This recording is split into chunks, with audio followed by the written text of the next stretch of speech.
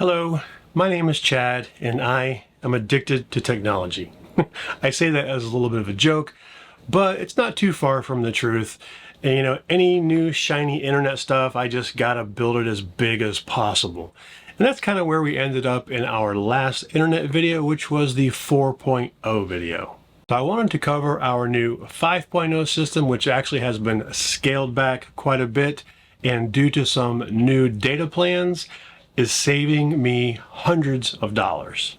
I've also found a way to get around some of the location-based TV streaming restrictions that we've had in the past. Per usual, this is a how we did it video, not a how-to video. This is going to be really high level anyway. Also, per usual, we will have chapter markers down below so that you can skip around and maybe skip to just the portion that interests you. But real quick before we jump in, I have a favor to ask of you guys. Most of you out there watching our video right now are not subscribed. It would really help us out if you would just click that subscribe button, click that thumbs up button, and then finish watching this video. That would help us out a lot and we would really appreciate it. One last thing before we get started here, of course, we're talking about the system that we have built for our use. And while it is taking a downturn as far as its level of complexity, it's still very complex and it's still a much more robustly designed system than most people are going to need. But if you work from a road, this may be the perfect system for you. If you don't, you just need streaming. We're going to have some simpler options for you near the end of the video. And if everything I say in this video just goes way over your head, I do have some options for that at the end also, but stay tuned and see if you need them. So a little bit of background real quick on why we need a super reliable internet system, because I will surely get a lot of recommendations for you guys on less expensive systems, all-in-one systems, just buy the device or they send you the device and you plug it in and it works. A lot of those systems are unlimited, but they're not really unlimited. If you read the fine print, a lot of them are throttled. A lot of them don't have the flexibility that we need. Tara and I both work from the road full time on this channel. You can see there's Tara's desk right over there. This is our office in our 410TH. If you haven't seen our tour, you should check that out. But this is our office, and our internet needs are a little bit above what the average person is because of our channel. Number one, because of our channel, we sometimes do live streams. And when we're doing a live stream, we simply cannot have our internet cut out for even a second because that'll just ruin the whole thing. We also have a ton of video files that we back up to Dropbox and other cloud services. And we probably use more upload. No, we definitely use more upload data than we do download. We also stream all of our TV. We're TV junkies like a lot of kids from the 80s. And we stream everything. So our internet usage is super high. In fact, I did a quick check and last month we used 2,222.92 gigabytes of data in April. And that's actually a little bit low. We usually would clear the 3 terabyte mark, but 2.2 terabytes is still a lot more than most people use. So we need 100% uptime in our internet systems. And the key to 100% uptime is connection diversity. You may go into campground A and Verizon works great and T-Mobile sucks, and you may go to the next campground and AT&T is great and the other ones stink. So having multiple carriers and multiple things like Starlink is absolutely critical for a solid internet system on the road. And not only do we need multiple connections, we need a router that can handle those multiple connections and do failover and things like that, or even better, bond all of those connections together into a single virtual connection. That way, if you've got 4 legs on this virtual connection and one of them drops, no big deal.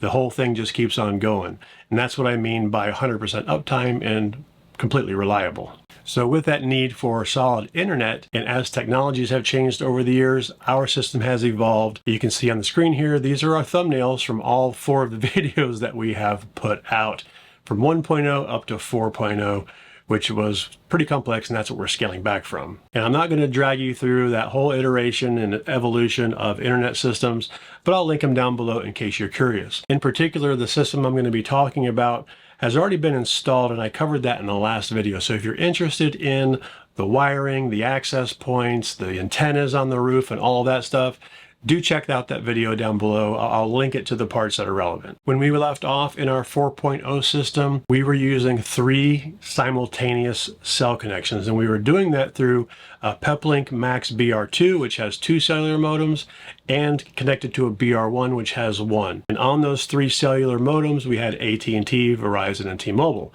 That was our carrier diversity, having them all active at once. But you're going to see, due to some new carrier plans, we don't need that anymore. We also, in our last video, upgraded our Starlink using the high performance antenna. That hasn't changed. That's still on the roof, and that's still part of the mix. So as you can imagine, this system worked great. It was super reliable, but it was super expensive. You know, each of those cellular data plans ran about $150, $160 a month plus Starlink. That's over $600 a month just in data plans. So I was reevaluating our system, trying to think of how we could save some money on this. And when I looked back at our travels last year, all the way out to the West Coast and back, we primarily used Starlink almost 100% of the time. We even under some trees, sometimes it was okay, as long as we didn't have complete coverage.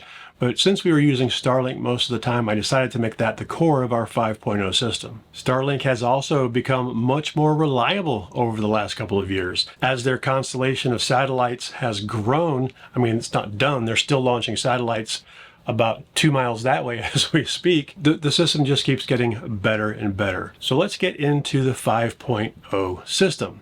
But before I jump into all that, I want to take just a minute and talk about one of the downsides of all this really cool internet stuff, not just here, but just in the world in general, and that's spam. Before the internet, you know, we got junk mail in the mailbox, and we would sometimes get solicitor calls, usually at dinner time, but you could mostly just ignore them. Now with the internet, we have so much information out there. They have our browsing data, our purchasing history. They've got your email addresses, your phone numbers. They're texting you.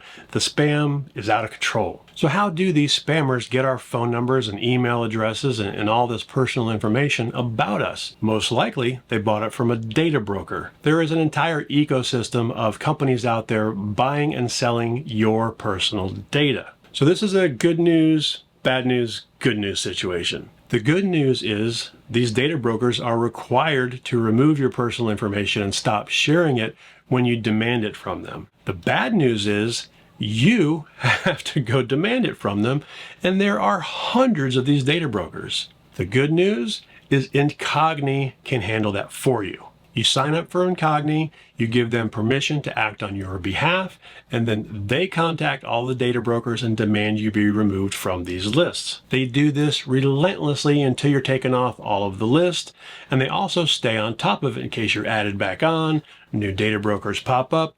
They're always out there fighting to have your information pulled off of these data brokers. I signed up a couple of months ago when they first started being a sponsor, and I've already noticed a drop in my spam calls, spam texts particularly. I hate spam texts. And they have a really cool interface where you can see all the progress they're making. You can see all the lists they're on, you can drill down into them. But the big thing is you can see that they're making progress taking you off of these lists. So it's just kind of a good feeling knowing that this service is out there working on my behalf and staying on top of this. I don't have to worry about it. I get an email once a month with a privacy report telling me, hey, we found you on these lists, we took them off, great, keep at it. We'll have a link down in the description. Please use our link because that will help out our channel, and it will also get you a huge discount, 60% off of the annual subscription. So thank you again to Incogni for sponsoring today's video. Now let's get back and I'll talk about our 5.0 system. So our 5.0 system hasn't changed much as far as the physical installation. The only thing I did physically to this system was I removed the BR1 from the system. I had a BR2 with 2 modems, a BR1 with 1 modem for 3 active modems. I don't need this third modem anymore, so I disconnected the BR1 and just left it up there disconnected till I find something I need to do with it. But our default state now with our internet system when we're traveling is Starlink only. Because it's so reliable now, we really don't feel a need for anything else for our basic daily needs like working on videos, streaming TV, things like that. We just don't need anything more than Starlink. So I canceled all of our data plans. Our T-Mobile plan from Mobile Must Have I canceled, our Verizon plan from Easy Mobile Data, our AT&T plan from AT&T. All of those are gone, and that by itself is about $450. So we're Starlink only until we need more. And what do I mean by need more? If we get to a campsite that's covered by trees and we have no Starlink, we need more. If we're going to do a live stream and want multiple connections bonded together like I talked about, then we're going to need more. So how do I get these data plans active so quickly when I need more? In the past, I had to sign up for a service. They would send me a SIM. I'd have to stick the SIM in there and activate it. And that could take, days or weeks, depending on, how fast they could get me the SIM and where we were and that kind of thing.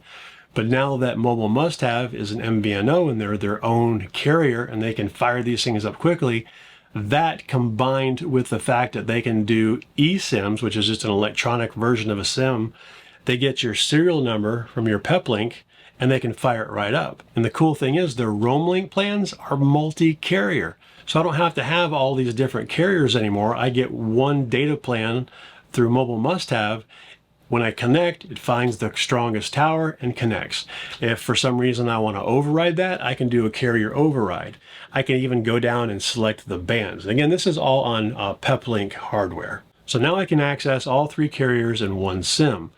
Another thing they did is they have these bundles now with 2, 3, and 4 data plans or eSIMs. So if you've got, a crazy system with 4 modems in it, you can buy a 4-pack for $399. It's only $100 a line. I signed up for their 2-pack because we just have the BR2 with the 2 modems in it because I wanted to see how quickly this process would go. I signed up one night and I was online by lunchtime the next day. The third benefit is they are unlimited data. Now, it's not just that it's unlimited because, like I mentioned, there are lots of unlimited plans out there, but a lot of those unlimited plans do some shady stuff in there, like throttle you from the get-go. Some of them do network management. Some of them will just throttle you down after a certain number of gigabytes, but it's still unlimited. This isn't that way. This is the highest priority all the time. There's no cap, there's no throttle, none of that. It just works at full speed all the time, unlimited. This is a game changer for us. By running just Starlink and only turning on cellular when we need it, it's saving us a ton of money.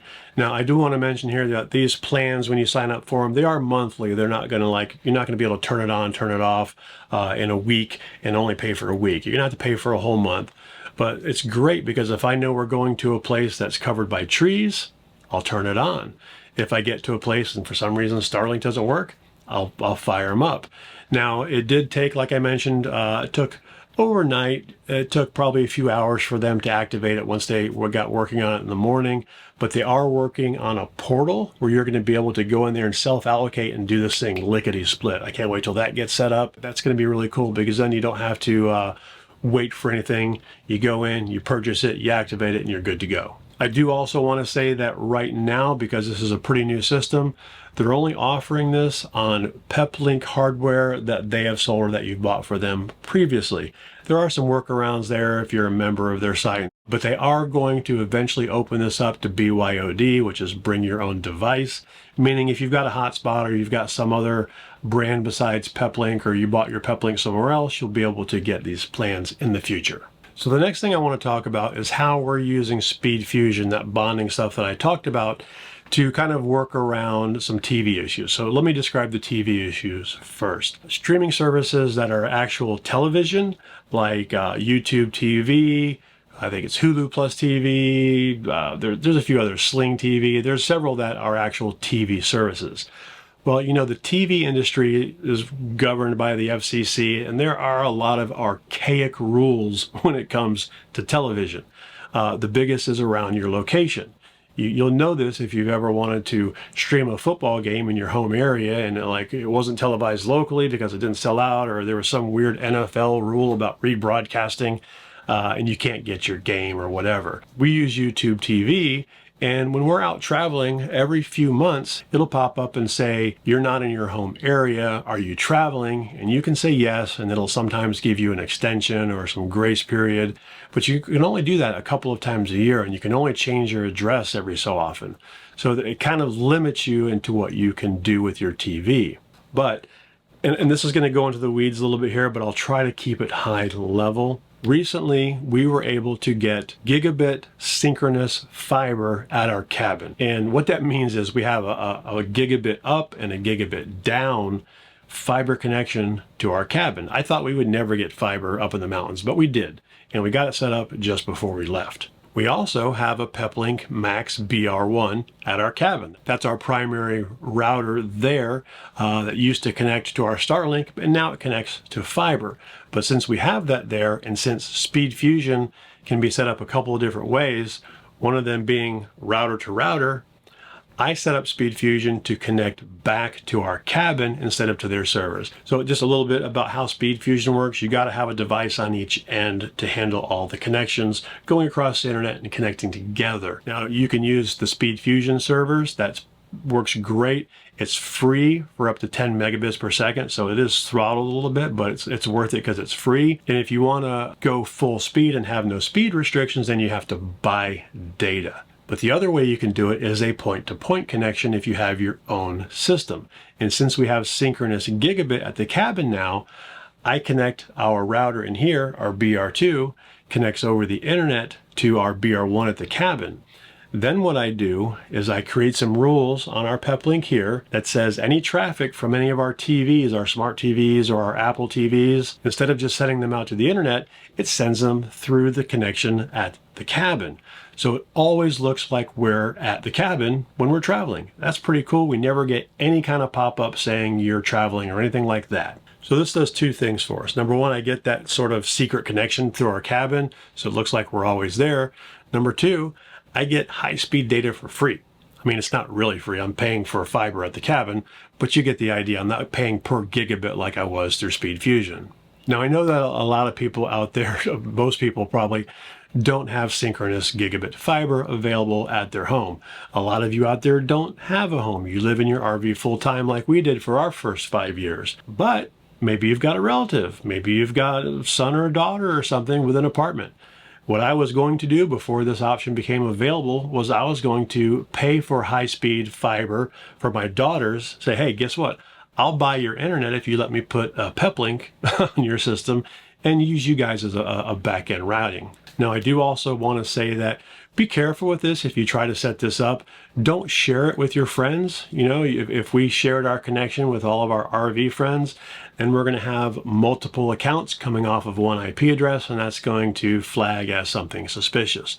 So just keep this one tight to yourself if you can set it up. So you're still here with me at near the end of the video, and your brain hurts because of all the weird terms that I just used, and you didn't really catch all of it. I have two options for you. Number one is the MIRC, or the Mobile Internet Resource Center. This is a membership-based site that has everything you could ever hope for in terms of mobile internet. What data plans to get, reviews on devices, reviews on services. They also have a fully curated course that will walk you through and teach you all of this mobile internet lingo and kind of get your feet wet into what the heck I was just talking about. So I'll have links to that down below. They're super great. I've always loved them. I've always sworn by them. The second thing is, if you didn't understand anything I said, but you also don't feel like learning it, you just want to call somebody and have them help you figure out what you need, set up a consultation call with my friends over at Mobile Must Have. Super great people. They'll walk you through, they'll kind of talk about what you want to do and see if they can get you into a system. Now, they have systems you can buy, obviously, everything from really low end to the kind of medium where we are with our BR2, all the way up to the really high end enterprise equipment. And of course, as I mentioned, they can also get the data plans for you. And they also have some plans and some devices where you don't have to buy the device. You just get the plan, they send you the device, and I think a lot of them after a year, you own the device anyway. So they have a lot of options, so be sure to call them and check them out. Of course, we're going to have links for all this stuff down below, including the install from last time and all of that. If you have any questions, put those down in the comments below. I do try to get to all of those. Like I mentioned, please subscribe if you haven't already. Please give us a thumbs up. We'll see you next week.